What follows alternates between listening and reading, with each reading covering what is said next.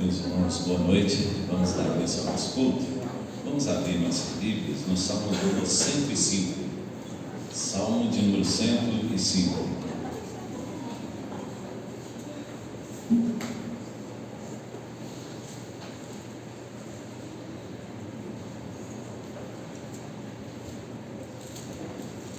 Salmo de número 105. Nós daremos até o versículo de número 5. Amém?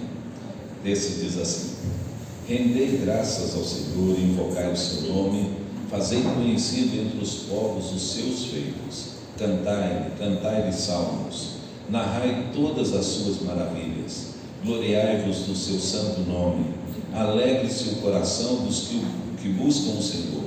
Buscai o Senhor e o seu poder, buscai perpetuamente a sua presença, lembrai-vos das maravilhas que fez, e dos seus prodígios e dos juízos de seus lábios. Amém. Deus abençoe o texto que nós lemos para a nossa edificação. Quero ressaltar aqui, irmãos, o verso 5, onde ele diz assim: lembrai-vos das maravilhas que fez. O culto, irmãos, é uma exposição daquilo que Deus fez por nós durante toda a semana, porque estamos aqui para louvar, agradecer a Deus pelo que nós já recebemos. Deus já nos abençoou durante toda a semana, e aí juntos nós estamos aqui para cultuar a Deus, adorar o Senhor, agradecer ao Senhor por essas bênçãos recebidas durante a semana. Então todos nós temos muitos motivos para estar aqui e adorar o Senhor e bendizer o Senhor. Quero te convidar nessa noite para que juntos nós expressemos isso, tanto no louvor, nas orações, também depois no estudo da palavra, e em todos os momentos do culto nós estejamos demonstrando diante do Senhor nossa satisfação, a nossa alegria, a nossa gratidão por tudo aquilo que o Senhor tem feito na nossa vida. Amém? Vamos orar então? Vamos. Pai, nós queremos, Senhor, te agradecer pelo privilégio que nos dá, Senhor, de reunir, ó Deus, como igreja nesse lugar, em comunhão, Senhor, te adorar, te bendizer, ó Deus, te exaltar, Senhor, e reconhecer, ó Deus, as tuas bênçãos em nossas vidas.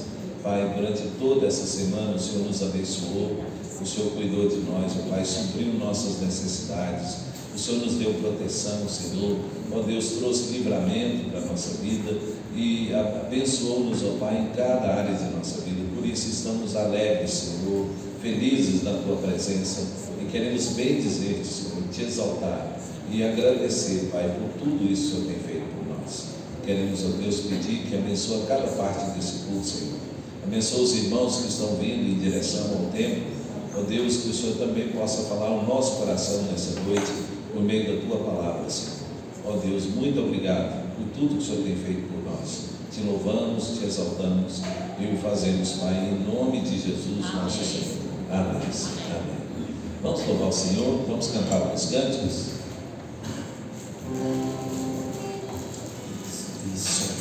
Boa noite, irmãos. Vamos ficar de pé?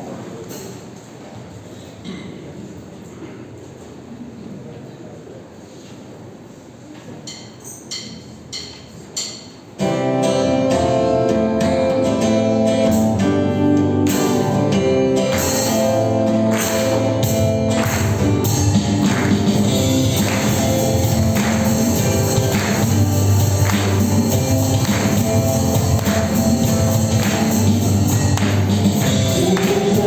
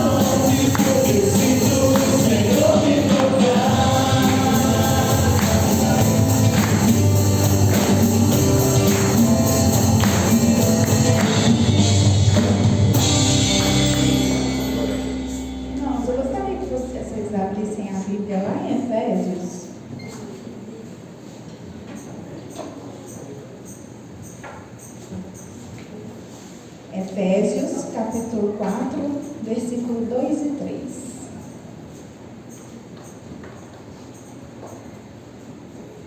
Com toda humildade, mansidão, com longanimidade, suportando-vos uns aos outros, em amor, esforçando-vos diligentemente por preservar a unidade do Espírito no vínculo da paz. Semana passada o pastor pregou a respeito desse versículo e eu vi o quão pequeno eu sou diante disso. A gente precisa com toda a humildade e mansidão. E isso tocou muito meu coração. O tanto que eu preciso crescer, o quão eu preciso mudar, né? Porque a palavra de Deus nos ensina. E aqui fala com mansidão e com longanimidade. Então, que Deus tenha misericórdia de nós. Amém. Que possamos ser e que Ele possa nos dar, né? Mansidão e humildade. Amém. Amém? Faz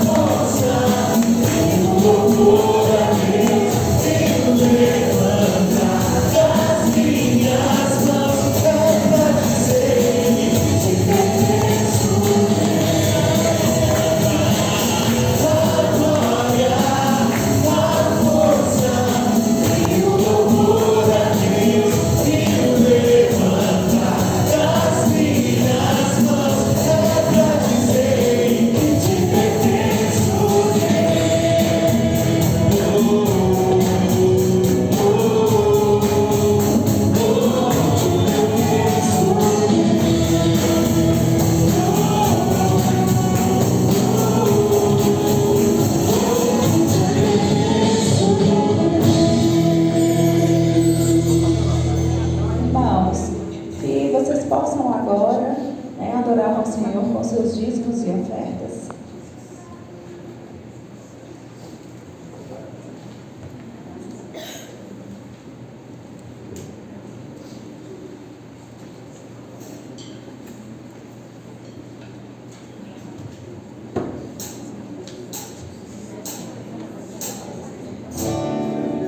Se não for para te adorar, para que eu nasci? Se não for para te servir, porque eu estou aqui? Se eu quero te adorar, Senhor, estou aqui. Senhor, estou aqui.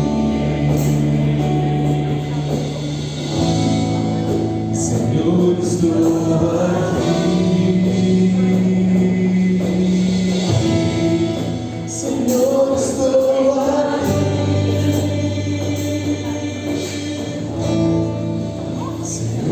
estou aqui.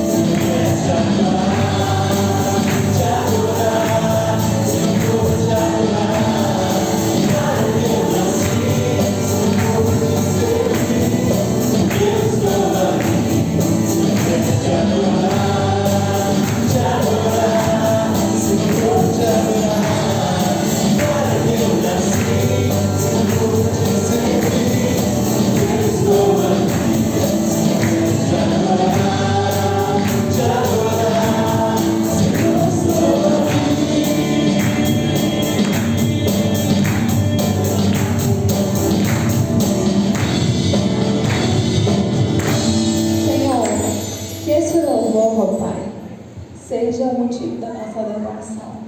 Se não for, ó Deus, para te adorar, não precisamos estar mais aqui, meu Pai. Pai, eu quero te agradecer pelos dizimistas, pelos ofertantes, e que o Senhor, ó Pai, possa nos dar mansidão e longanimidade. Que o Senhor tenha misericórdia de cada um de nós, em nome de Jesus.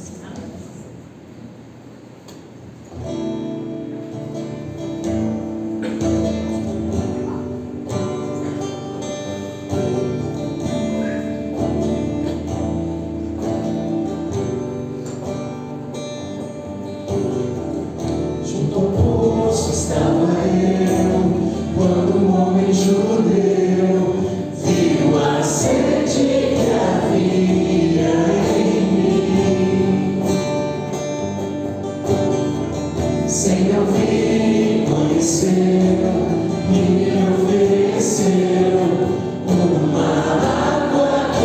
água sem fim. Dá-me de beber, pois tenho sede. Não quero mais buscar em outras fontes. Não precisarei aqui voltar pra minha sede saciar, uma vez que eu já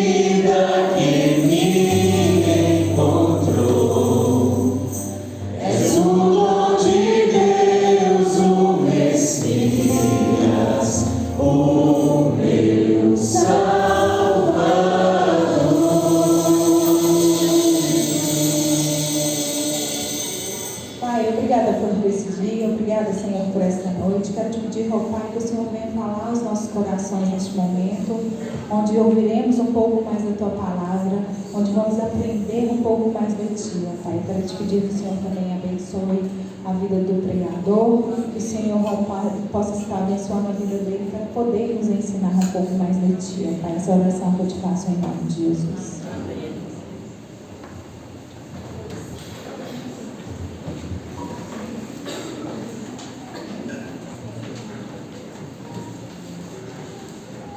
Irmãos, vamos conhecer as pessoas que estão nos visitando nessa noite.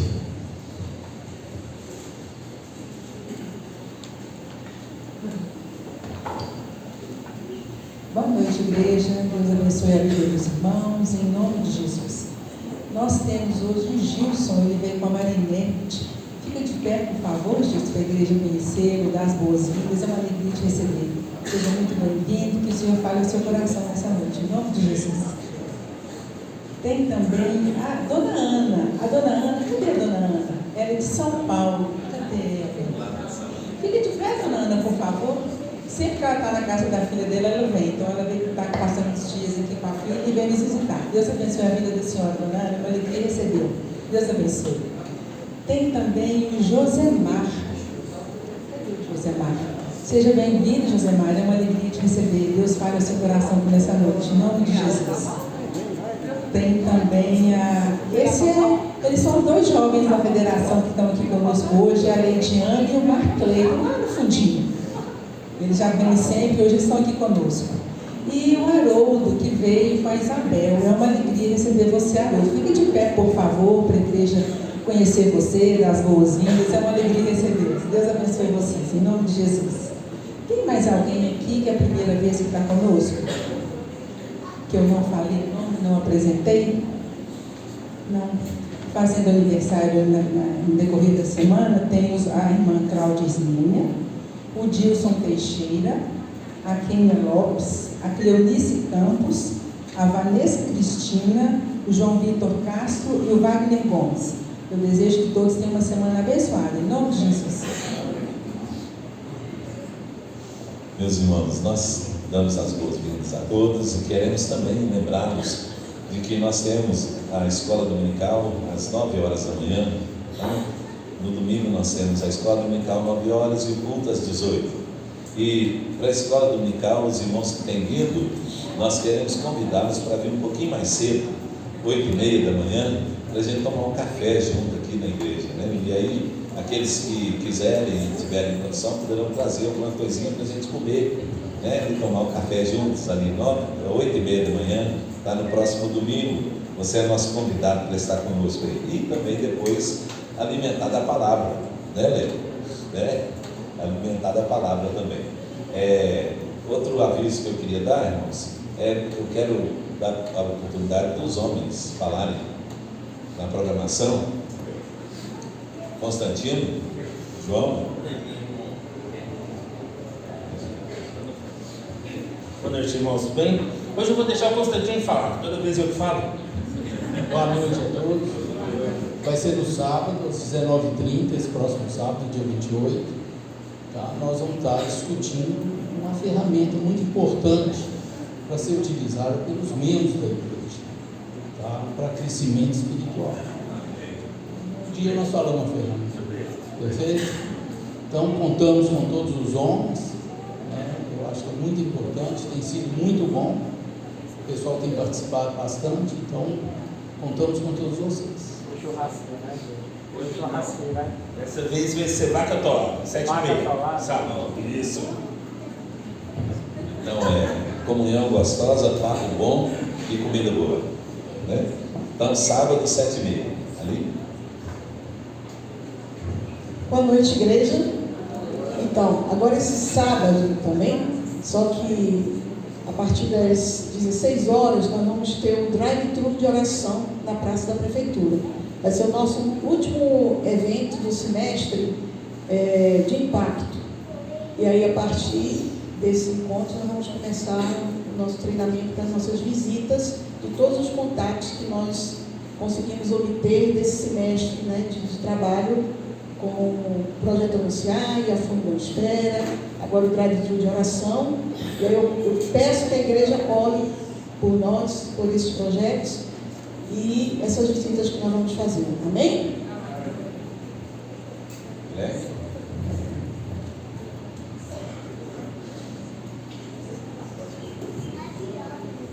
Irmãos, boa noite. Eu queria chamar as crianças para vir aqui para frente. Orando por elas.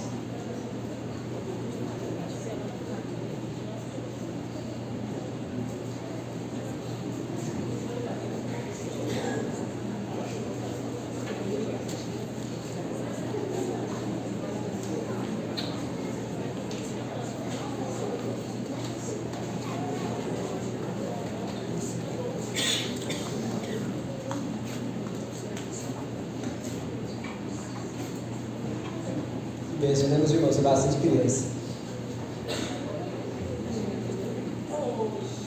Vamos orar tanto pelo culto das crianças em separado, quanto o pregador. Pai bendito, nós queremos consagrar o nosso coração ao Senhor, ó Deus, afirmando que nossas vidas pertencem a Ti, Pai. Assim como a vida dessas crianças.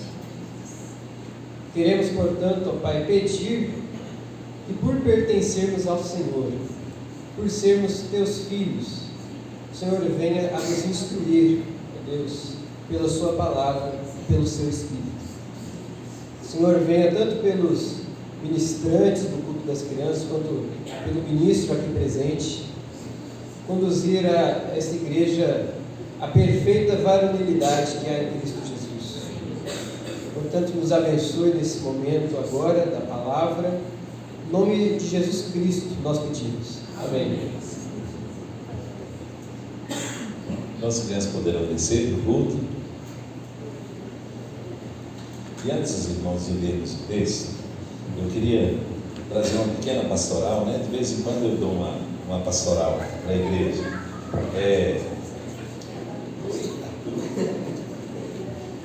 Semana eu estava conversando com o Nilson e a gente estava falando sobre os tempos difíceis que nós estamos vivendo, né? Então, nós estamos vivendo tempos difíceis. E interessante que a gente tem a tendência de imaginar que aumentando o número de cristãos no país, nós teríamos tempos melhores e dias melhores e oportunidades melhores, né? Mas essa não é a promessa da palavra de Deus, né? Paulo falou, e Jesus falou que no mundo nós teríamos aflição. Paulo falou que o mundo iria de mal a pior. E Jesus falou uma coisa, irmãos, que eu creio que mais do que nunca nós estamos vivendo esse período, né? Que antecede a sua volta. Ele disse assim, que nos dias que antecederam a sua volta, as pessoas iriam perder o amor, iria ter dissensão na própria família, tudo que nós estamos vendo, pai contra filho, filho contra pai, e falando que os homens se tornariam orgulhosos e jactanciosos, né, brigando sempre. E ele pergunta assim, no finalzinho ele pergunta assim, será que quando o filho vier, achará fé na terra? Então, mesmo aumentando o número de pessoas, irmãos, a fé, ela tem diminuído, porque nós temos visto cada dia mais a falta de comprometimento dos cristãos com o Evangelho, com o Reino de Deus. Há um envolvimento tão grande com as atividades do mundo, que as coisas do mundo estão tomando lugar e tomando prioridade nas coisas espirituais na vida dos crentes. E aí passamos a ter cristãos nominais. Às vezes as igrejas estão cheias de pessoas que apenas assistem o culto, não se envolvem com o trabalho da igreja, com a pregação do Evangelho, com a vida de santificação. E isso é esperado, irmãos, é isso que Jesus falou que ia acontecer, que os apóstolos falaram que ia acontecer. Então isso mostra, irmãos, que o dia se aproxima e nós temos que colocar nossa vida em ordem, irmãos. consagrar a nossa vida, porque o dia se aproxima. Quando o Senhor Jesus voltar, todos nós seremos colocados diante dele. Cada um de nós prestará conta de si mesmo a Deus. Ninguém vai prestar conta pelo outro, é nós mesmos. Então, vida cristã, irmãos, é comunhão, faz parte do corpo de Cristo, mas a fé ela é individual, de cada irmão. Então, eu queria despertar os irmãos para isso, irmãos. Vida de oração, culto familiar, reúne a família, ora junto, busca a Deus juntos. Nós precisamos consagrar a nossa vida, porque o dia se aproxima, o dia em que nós vamos encontrar com o Senhor. E o profeta falou: prepara-te para encontrares com teu Deus. Tá? Essa palavra fica no coração dos irmãos. Nós estamos estudando, irmãos, a carta de Paulo aos Efésios, e hoje nós leremos no capítulo 4, do versículo 3 até o versículo de número 6. Efésios,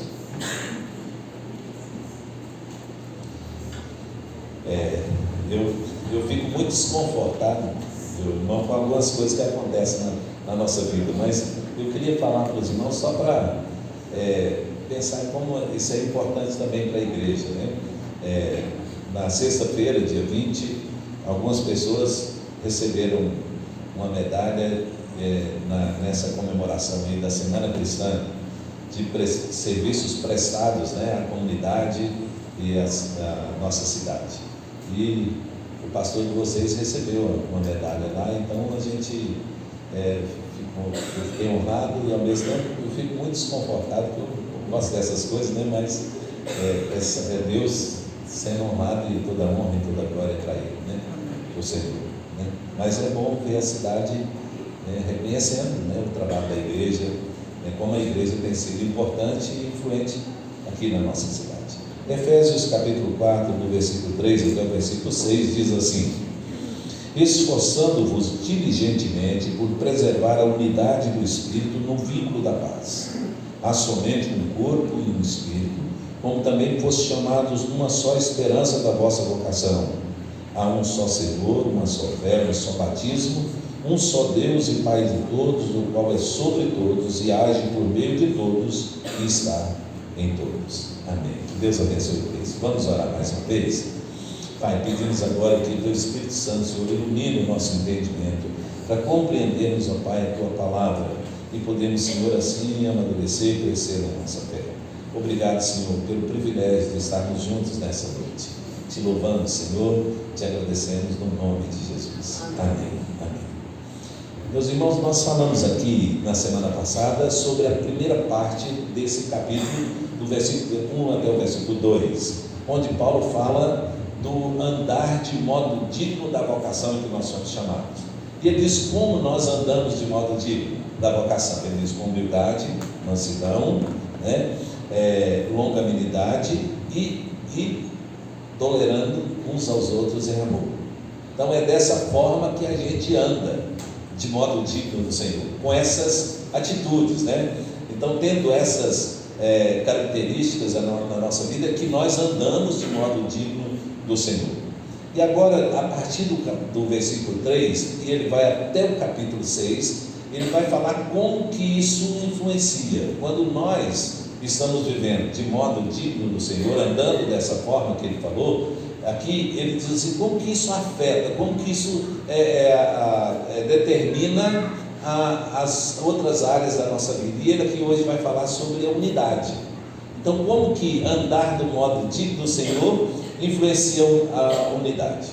E aí é interessante, irmãos, quando a gente fala de unidade, a gente vê a igreja primitiva, né, que vivia numa unidade tão grande, que tinha tudo em comum, né, ninguém considerava nenhuma das suas propriedades, né, estavam sempre juntos, orando sempre, né, perseverando na união, na unidade, na doutrina dos apóstolos, na oração, no partir do pão, né? Então a gente via a igreja primitiva vivendo, de Atos dos Apóstolos, vivendo uma perfeita unidade, e aquilo era o início da igreja. Então era uma influência extrema no meio onde eles estavam vivendo, ao ponto de que Atos dos Apóstolos começou com 120 irmãos, depois da ressurreição. Depois, no dia do Pentecostes, 3.000 foram batizados, converteram e foram batizados.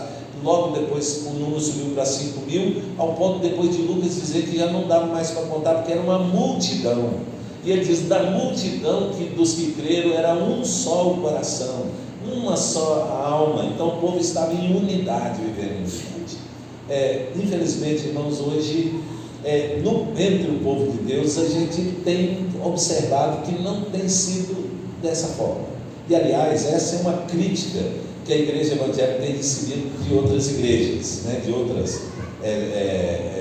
outros movimentos religiosos, né? Que não são cristãos.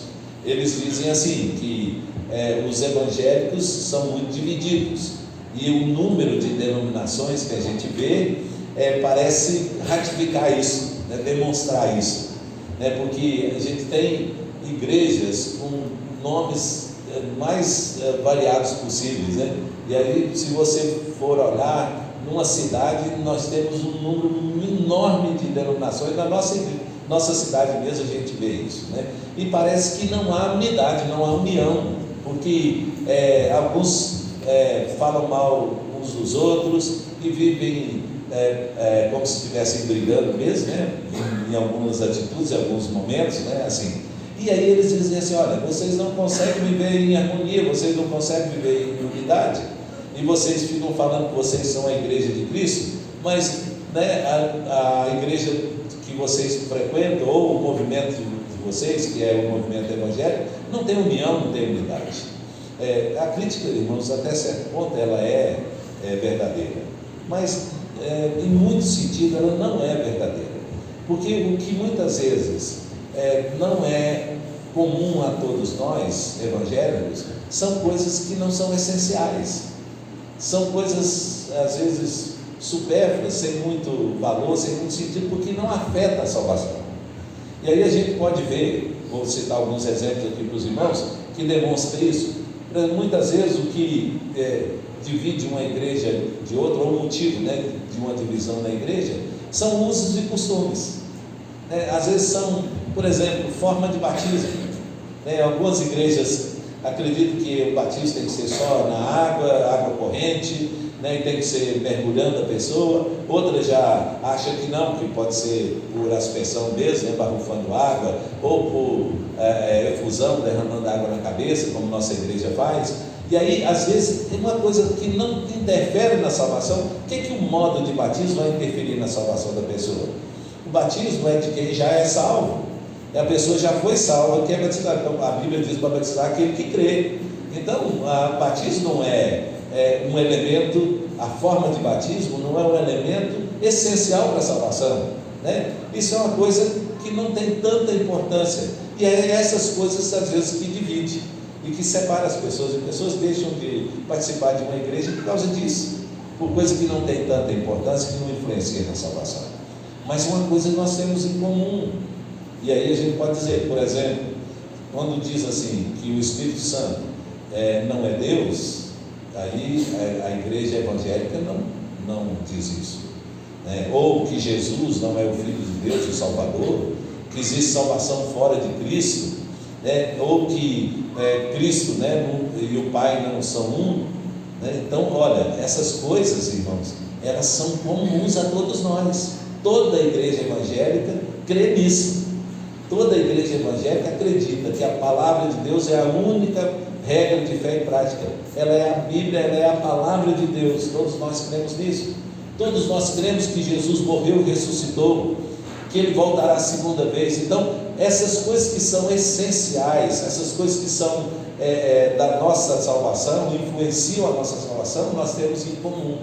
Então, por isso, nós temos unidade, mesmo estando às vezes separados por denominações. E aí eu quero trazer para dentro da própria igreja. Às vezes dentro da igreja, na nossa igreja, por exemplo, nós temos divergência de opiniões, né? Às vezes um pensa de uma forma, outro pensa de outra forma, mas isso não pode nos dividir, isso não pode nos separar. Então uma pessoa não pode deixar de frequentar a igreja porque ela pensa diferente dos outros em algumas coisas que não são essenciais, e vice-versa.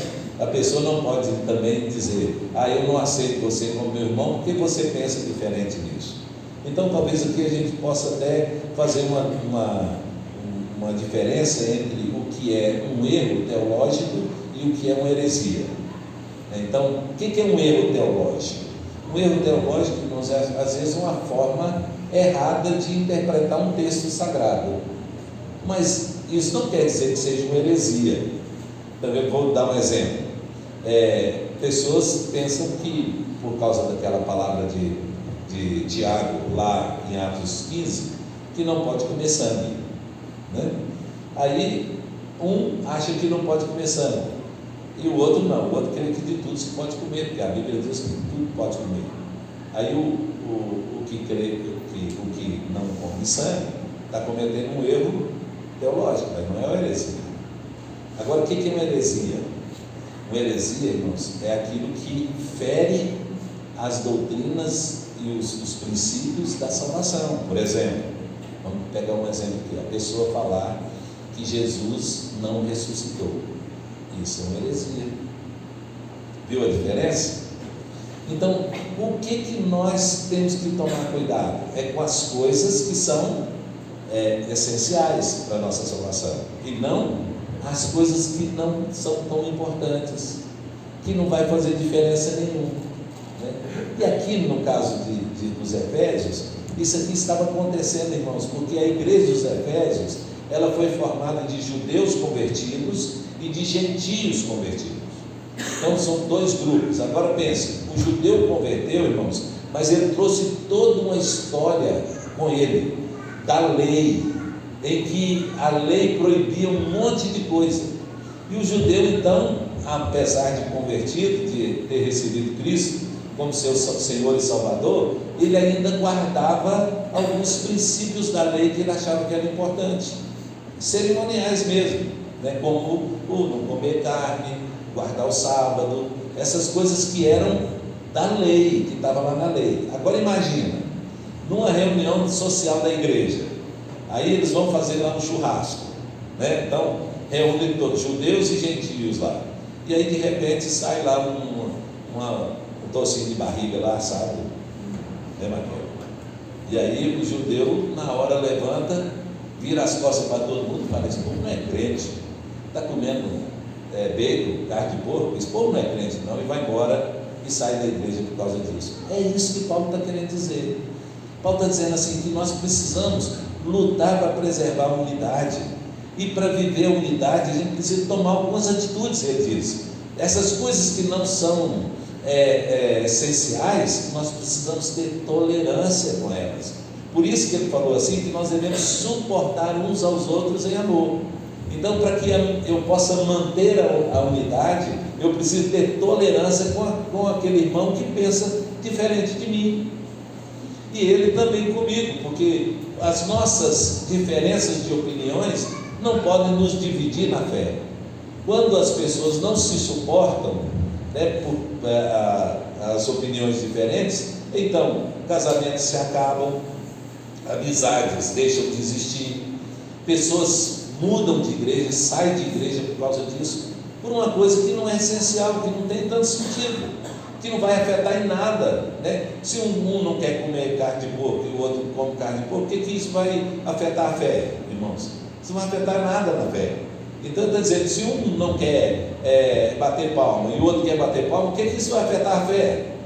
Então está dizendo, nós não podemos deixar, irmãos, que as coisas que não são essenciais, que elas atrapalhem a nossa unidade. Agora veja, irmãos, unidade não é uniformidade. Uniformidade é tudo igual, né? E unidade não, unidade é estar juntos mesmo na diversidade. E Deus nos criou tão diversos, né, com tanta diferença entre um e outro, que nós formamos o corpo de Cristo por causa disso. É porque nós somos diferentes uns dos outros, e muitas vezes nós pensamos diferente uns dos outros, e isso não pode, irmãos, afetar de maneira nenhuma a nossa comunhão, a nossa unidade. É isso que Paulo está dizendo. Está dizendo que nós precisamos preservar a unidade. Então, quando ele diz assim, preservar a unidade, ele está dizendo que a unidade já existe, porque a unidade foi promovida pela morte de Cristo. Quando Cristo morreu na cruz, Ele nos fez um. Então nós somos unidos por causa da morte de Cristo. Agora Ele está dizendo assim: preserve. Então não deixe a unidade ser destruída por diferença de opinião.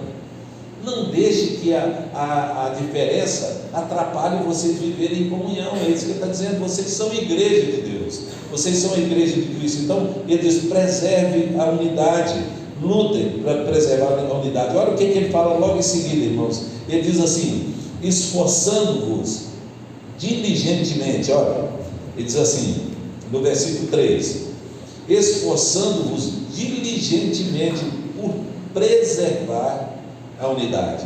Então Ele está dizendo que deve haver um esforço da nossa parte.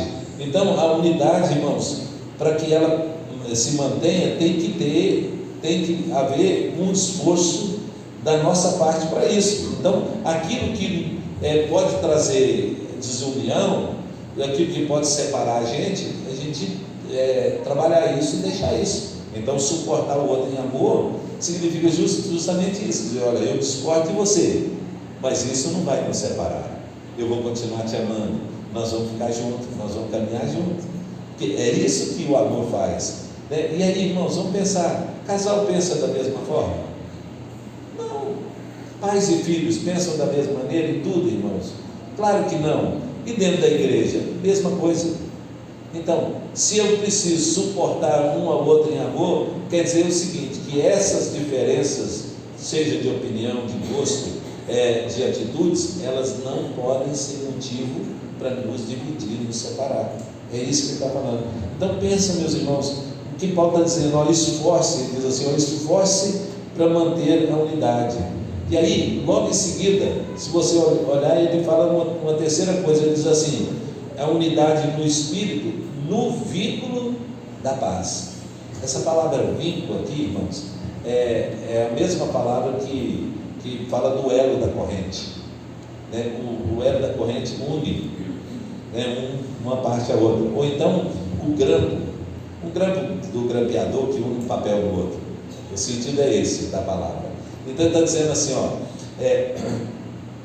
preservar a unidade, ele diz, no vínculo da paz, ou seja, para juntar. Então tem que haver um esforço da nossa parte para preservar a unidade, e ele diz, no vínculo da paz.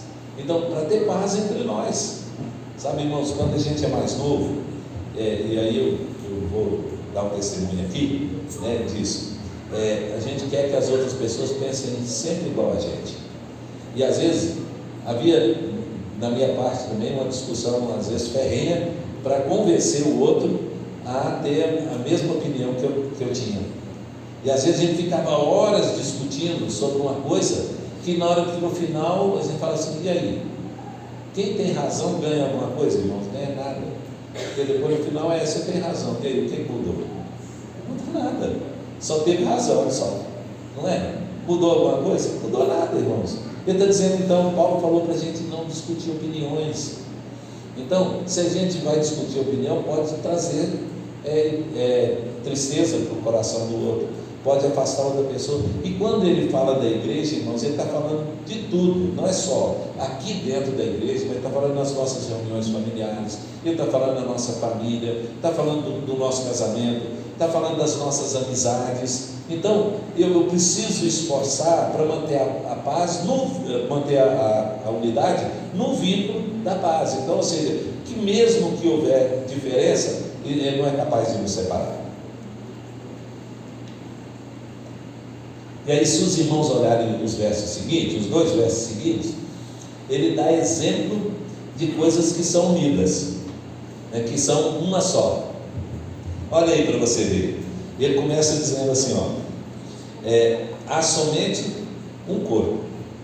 Que corpo é esse? O corpo de Cristo. Então, não tem um corpo de Cristo aqui e outro corpo aqui lá. Então, é um corpo só, né? Embora tenha muitos membros, mas é um só corpo. Aí ele continua: um só Espírito, não tem 2 Espíritos Santos, é um único Espírito, né? Um único Espírito. Como também diz, fosse chamados em uma só esperança. A nossa esperança é comum. Todos nós acreditamos que um dia o Senhor virá para nos buscar, para estar com Ele para sempre. Então, Ele deu o exemplo aqui de coisas que são uma só, né? Que às vezes pode ter muitas, mas forma uma só. O corpo é muitos membros, mas forma um só. Aí depois ele continua, no versículo seguinte, ele diz assim: há um só Senhor. Se nós tivermos dois senhores, irmãos, nós estamos divididos. Aí ele diz: há um só Senhor. Quem é esse Senhor? O Senhor Jesus. Ele diz assim: há uma só fé, né? Não tem mais um tipo de fé, né? Então a fé é única. E aí ele diz: há um só batismo. Ele está pensando aqui no batismo que nós recebemos do Espírito Santo quando nós cremos. Então há um só batismo. Aí ele diz: um só Deus e Pai de todos, o qual é sobre todos, age por meio de todos e está em todos. Então ele está dizendo assim: Deus, o Pai, o Filho e o Espírito Santo, ele não está dividido. Se ele é um só e não está dividido, irmãos, ele está dizendo: então vocês precisam lutar para preservar a unidade. Então agora eu queria fazer para a gente concluir uma aplicação para a nossa vida aqui. Talvez nós podemos nessa hora imaginar o que é que tem causado, o que tem provocado, né, a divisão no corpo de Cristo, ou seja, a divisão na igreja. E aí eu queria que você pensasse agora assim, os motivos que pessoas deixaram de estar congregando conosco, né? Ou pessoas que deixaram de estar na igreja de Cristo, né? Por coisas assim. Você verá, irmão, que são coisas totalmente sem qualquer valor. São coisas de opiniões e gostos pessoais. Se é um problema de doutrina, de fé, tudo bem, né? Então vamos imaginar a pessoa virar e dizer assim: eu não creio que Jesus Cristo morreu na cruz e ressuscitou. Bom, então, meu irmão, você não pode fazer parte do nosso grupo, porque isso é essencial para nós, né? E isso é a garantia da nossa salvação, né? Então aí tudo bem, mas às vezes, porque eu acho que tem que orar só de joelhos, ou às vezes eu não gosto de bater palma, ou às vezes eu não concordo com um certo tipo de coisa que uma pessoa fala ou faz, né?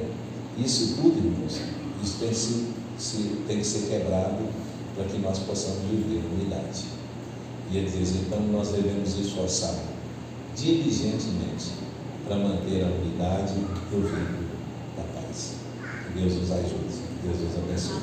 Amém? Recebe o povo.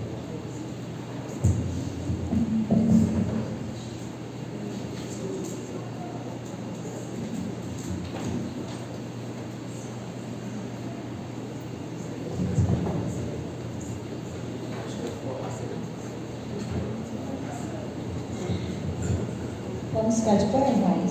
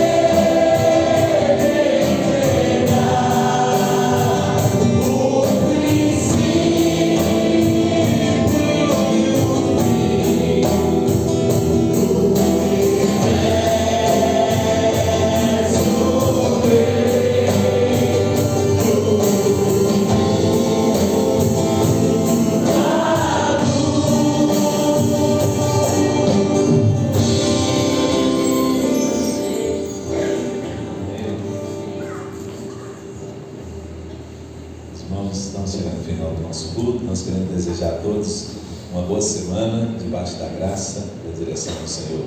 Vamos receber a bênção e assim a gente encerra. E agora, irmãos, que a graça do Senhor Jesus, o amor de Deus, nosso Pai, e a comunhão do Santo Espírito esteja sobre todos nós, hoje e para todo sempre. Amém. Deus abençoe a todos.